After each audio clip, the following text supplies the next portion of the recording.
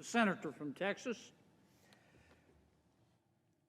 My colleague from Connecticut just said that they were being tough on China.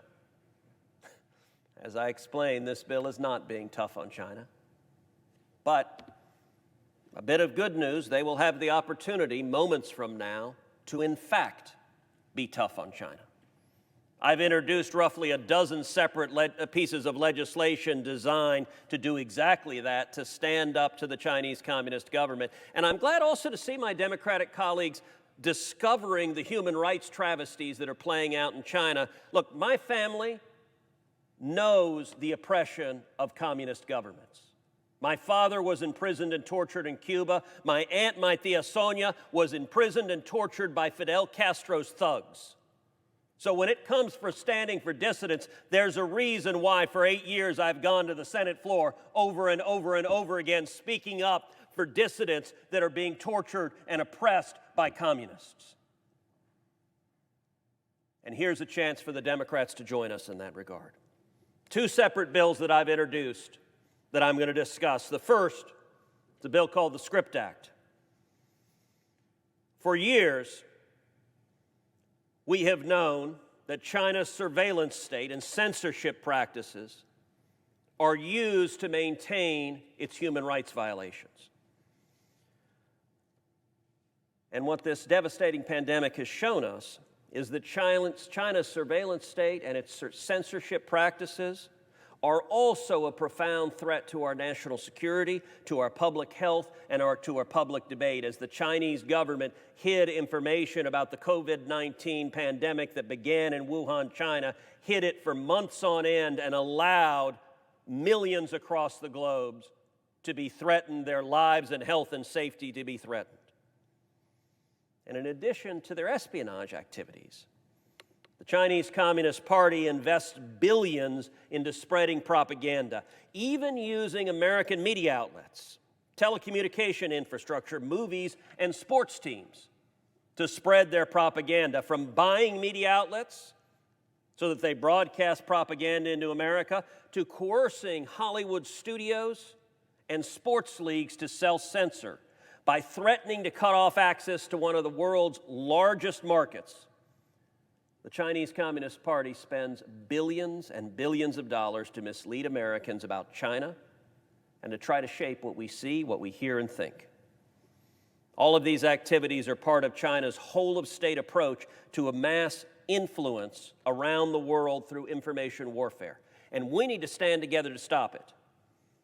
That's why I will be momentarily asking for unanimous consent on the Script Act, which would cut off Hollywood studios from the assistance they currently receive from the U.S. federal government if those studios allow the Chinese Communist government to censor what they're producing.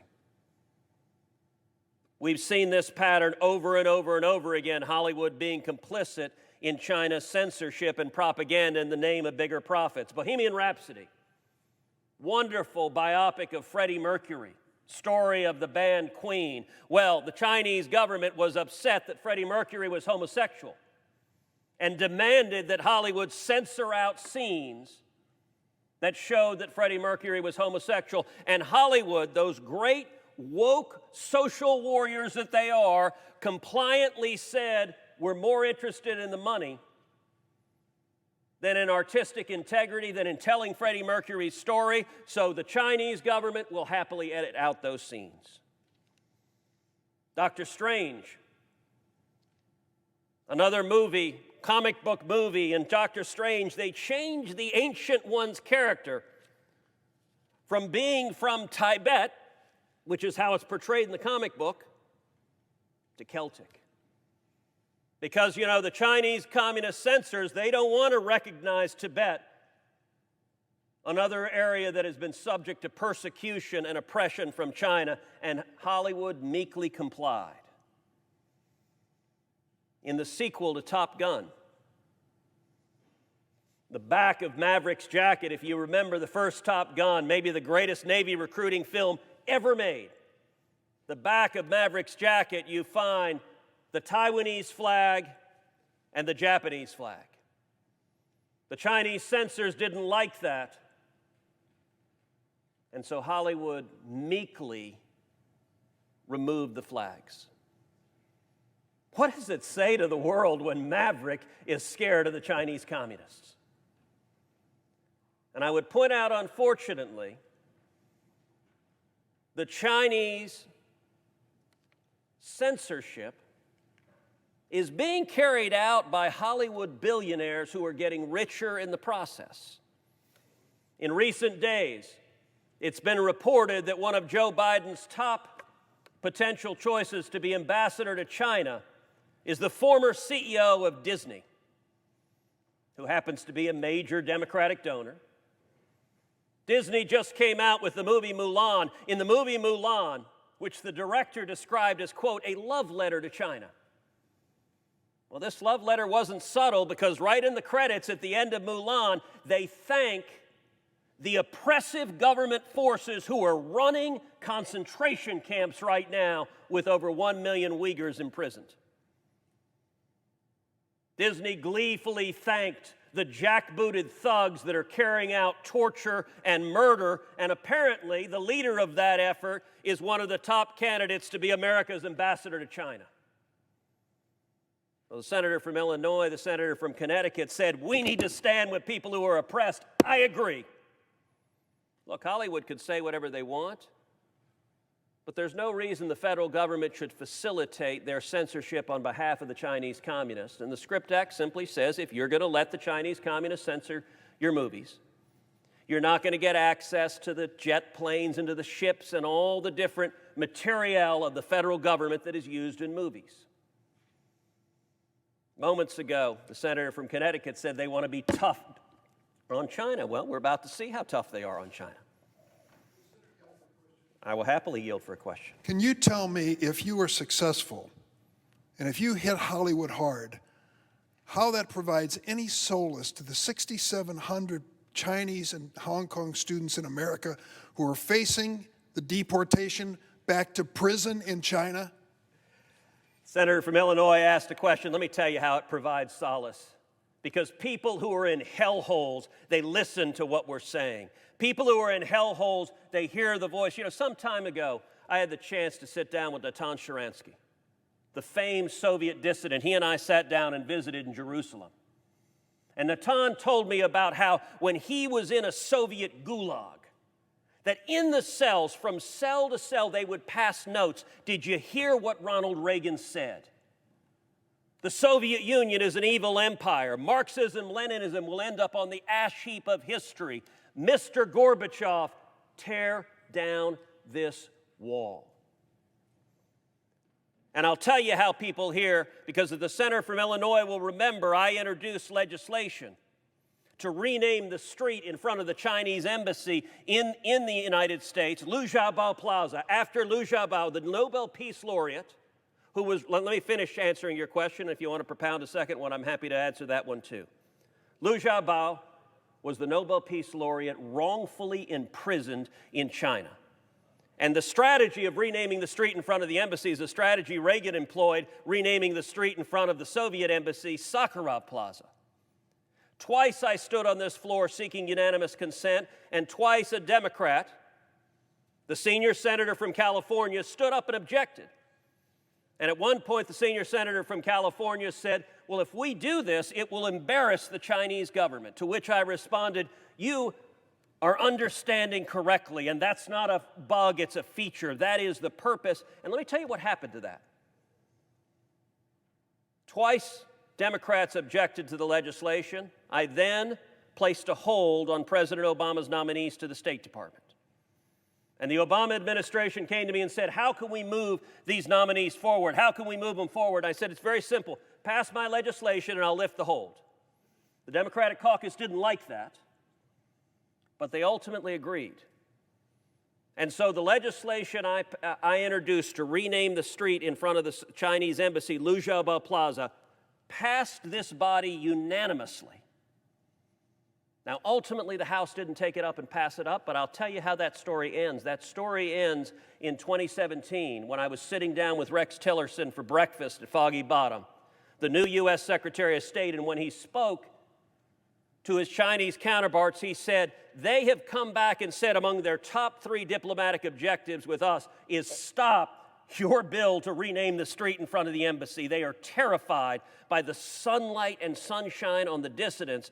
At the time, Liu Xiaobo had passed, but his widow, Liu Xia, was still in China, still wrongfully held back.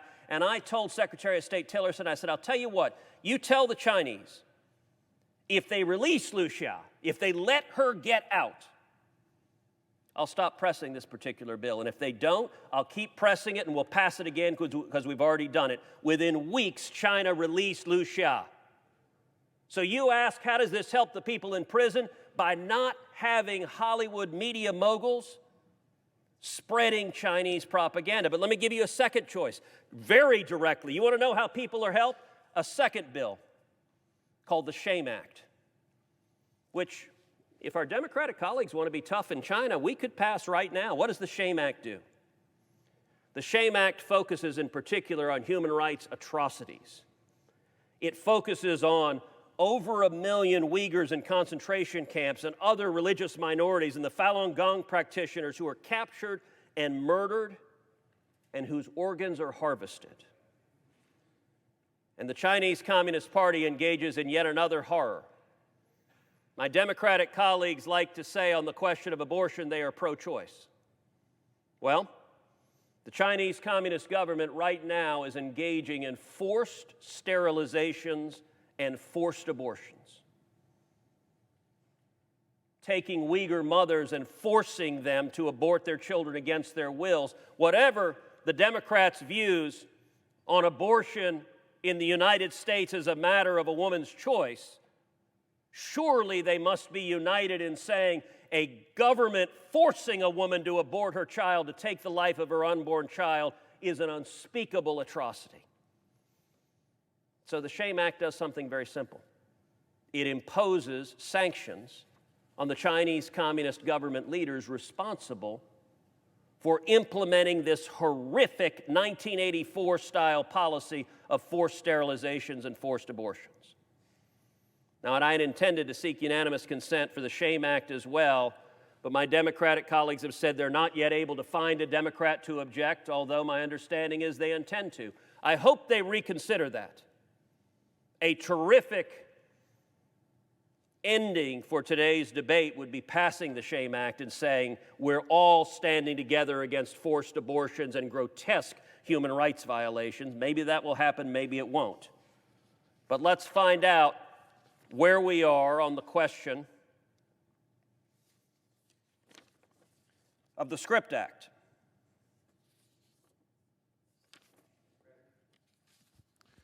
The senator from Connecticut. Reserving the right to object. I think we've gone a little bit far afield from the 6 pro-democracy activists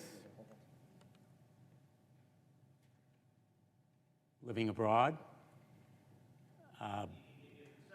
From Connecticut, I had not yet yielded the floor, and I'm about to ask the unanimous consent, so. The senator from Texas. Mr. President, as if in legislative session, I ask unanimous consent that the Committee on Homeland Security and Governmental Affairs be discharged from further consideration of S. 3835 and the Senate proceed to its immediate consideration. Further, that this bill be considered read a third time and passed, and that the motion to reconsider be considered made and laid upon the table with no intervening action or debate. Is there objection? Mr. President. Senator from Connecticut. Thank you, Mr. President. Reserving the right to object on the Scripps Act, which I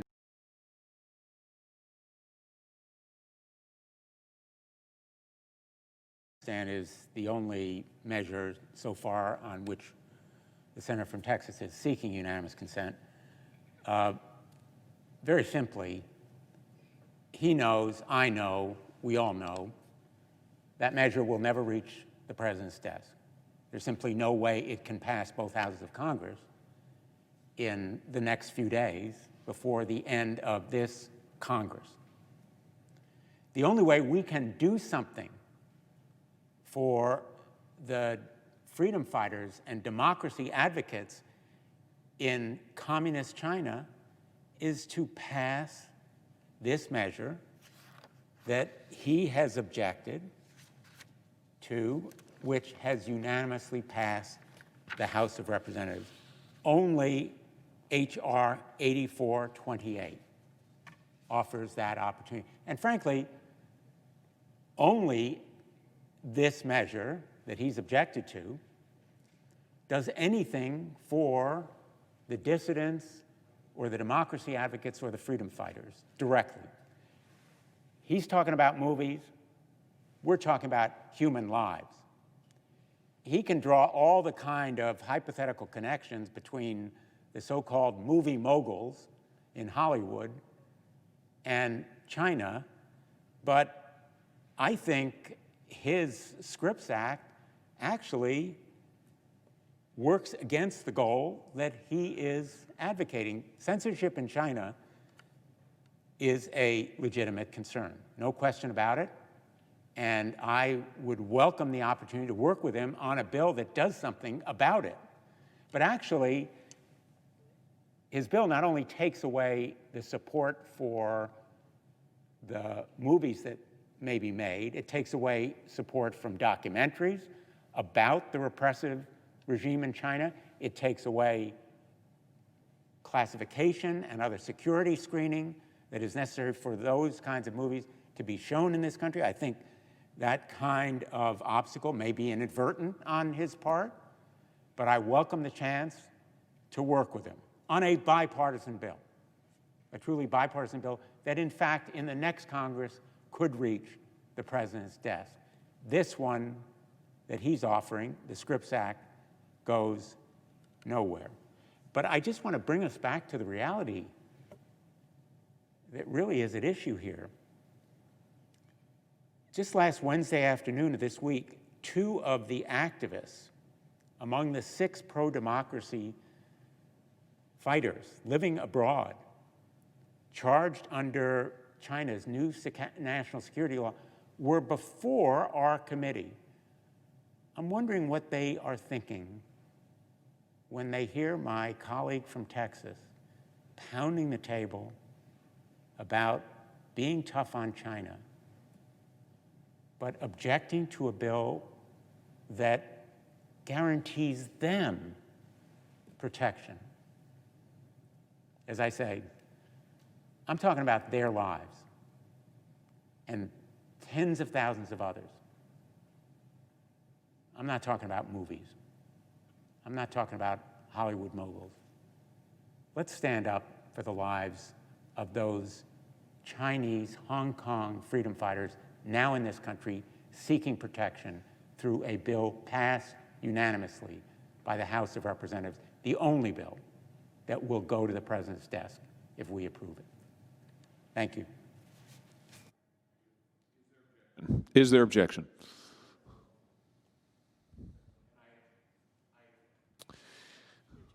The objection is heard. Mr. President. Senator from Texas. 3 brief observations. Number 1, the senator from Connecticut said multiple times that the House bill in question passed the House unanimously. I am sure this is inadvertent, but what the senator from Connecticut said is simply wrong. It passed the House by voice vote, which is a very different thing from passing unanimously. It simply means the vote tally was not recorded. Secondly, the senator from Connecticut said the Scripps Act is not going to pass this Congress. Well, that appears to be correct, but that is for one reason and one reason only, which is the final 2 words uttered by the senator from Connecticut. I object. Quite literally by doing nothing, quite literally by giving the identical speech he had just given and then closing his mouth before those final 2 words. Had that occurred, the Scripps Act would have passed this body unanimously. So the only reason the Scripps Act isn't passing is because the Senate Democrats are objecting. And it should not be lost on anybody that the Hollywood billionaires who are enriching themselves with this Chinese propaganda are among the biggest political donors to today's Democratic Party in the entire country. Senator from Connecticut said, well, the Script Act might make it possible to have documentaries on the human rights abuses in China. Oh, really? That argument staggers the mind. It so defies reality because you know what? Hollywood doesn't make movies about the human rights abuses in China. Earlier this year, I had the opportunity to meet Richard Gere. Now, Richard Gere is not someone you would ordinarily imagine palling around with a conservative Republican from Texas, but Richard Gere was up here. He was up here actually standing up against Chinese abuses and urging anyone who would listen, Republican or Democrat, to stand with him. Do you know Richard Gere has not made a single major Hollywood movie in a decade? Why? Because he dared stand with Tibet. And the Hollywood billionaires blackballed Richard Gere. If you speak out for Tibet, if you do what the senator from Connecticut just suggested and discuss the Chinese human rights abuses, it doesn't matter that Richard Gere used to be an A-list Hollywood blockbuster actor. Boom, his career's dead because no studio will produce a movie with him because he spoke the truth. And by the way, my bill presents zero barriers to someone actually making a documentary on the human rights abuses in China because presumably if you're making that documentary, you wouldn't allow the Chinese Communist government to censor it. I don't know what kind of documentaries the senator from Connecticut is familiar with, but I'm not familiar with documentaries done on tyrants in concentration camps where you let the concentration camp guards edit out the stuff they don't like. That ain't a documentary. Senator from Connecticut said perhaps we can work together in a bipartisan manner to address this. I hope so. Standing together against the oppression of the Chinese communists would be a very good thing for the United States Senate. It would be a very good thing for our country. Unfortunately, at least today, that hasn't yet happened. I yield the floor.